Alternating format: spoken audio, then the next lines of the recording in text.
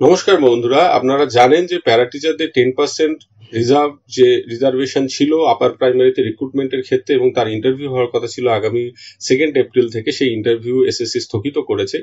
সেই বিষয়ে একটি চাঞ্চল্যকর তথ্য সামনে এসেছে, আমি সেটা আপনাদের সাথে শেয়ার করার চেষ্টা করব। বিশ্ববার্তার যে নিউজ পোর্টাল, তাতে এই খবরটি পাওয়া গেছে। এসএসসি কি এই নিয়ম জানে না? এই কারণে বন্ধ হয়ে গেল শিক্ষক নিয়োগের ইন্টারভিউ প্রক্রিয়া। সেখানে মূল যে বিষয়টা আপনাদের সাথে শেয়ার করার, সেই অংশটুকু আমি পড়ছি। পার্শ্ব শিক্ষকদের ইন্টারভিউ বন্ধ থাকার কারণ হিসাবে শিক্ষানুরাগী ঐক্যমঞ্চের সাধারণ সম্পাদক কিঙ্কর অধিকারী বলেন, পার্শ্ব শিক্ষকদের উচ্চ প্রাথমিকে নিয়োগের বিষয়টি আটকে থাকার জন্য বিষয়টি নির্বাচন কমিশনের কাছে তুলে ধরা হয় শিক্ষানুরাগী ঐক্যমঞ্চের তরফ থেকে। গত 2 এপ্রিল থেকে উচ্চ প্রাথমিকে পার্শ্ব শিক্ষকদের ইন্টারভিউ হওয়ার কথা ছিল। তাদের জন্য 10% আসন সংরক্ষণ ছিল, কিন্তু নির্বাচন ঘোষণা হওয়ার ফলে এসএসসি এই প্রক্রিয়াটি বন্ধ রেখে নির্বাচন কমিশনের কাছে চিঠি দিয়ে প্রক্রিয়াটি চালিয়ে যাওয়া যাবে কিনা অনুমতি চেয়ে পাঠান।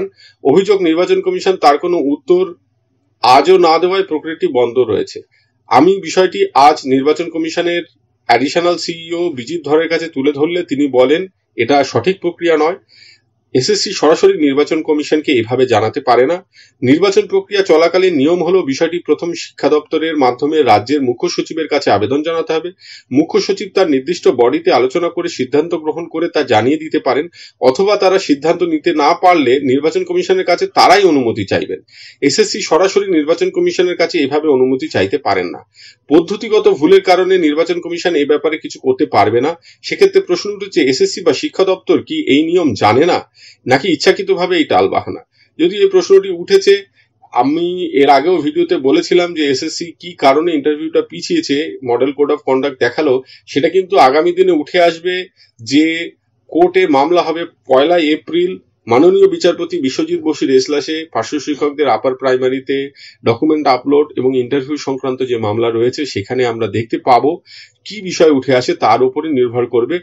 এই একটা তথ্য কিন্তু সামনে এলো, যদি বিশ্ববার্তায় প্রকাশিত এই তথ্য সঠিক হয়, তাহলে এসএসসি পদ্ধতিগতভাবে ভুল করেছে।